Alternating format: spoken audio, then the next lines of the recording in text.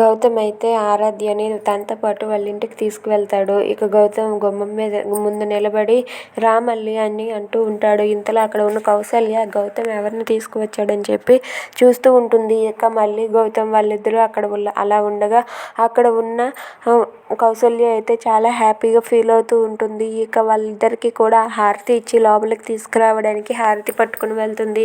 ఇక దాంతో అక్కడ ఉన్న ఆరాధ్య అయితే చాలా కోపంతో రగిలిపోతూ ఉంటుంది. ఇక అక్కడ ఉన్న కౌసల్య అయితే మీ ఇద్దరిది జన్మ జన్మల బంధం అమ్మ, మీ ఇద్దరిని ఆ దేవుడు కూడా విడదీయలేడు, కానీ కొన్ని కారణాల వల్ల కొంతమంది నోరు వల్ల మీరు ఇద్దరు ఇలా విడిపోవలసి వచ్చింది, శాపనార్థాల వల్ల మీరిద్దరూ ఇలా విడిపోవలసి వచ్చింది. అందుకే మీకు ఇంకెప్పుడు అలా కాకుండా ఉండాలని ఆ భగవంతుడిని కోరుకుంటున్నాను, మీరిద్దరూ ఎప్పుడు ఇలా కలిసే ఉండాలని చెప్పి అంటుంది. అలా అంటూ హారతి ఇచ్చి కుడికాలు పెట్టి లోపలికి రా అమ్మ అని చెప్పి అంటుంది. దాంతో అక్కడ ఉన్న ఆరాధ్య అయితే చాలా కోపంతో రగిలిపోతూ ఉంటుంది. ఇక మల్లికి అలాగే గౌతమ్ వాళ్ళిద్దరికీ కూడా బొట్టు పెట్టి కుడికాలు పెట్టి లోపలికి రండి అని చెప్పి అంటూ ఉంటుంది.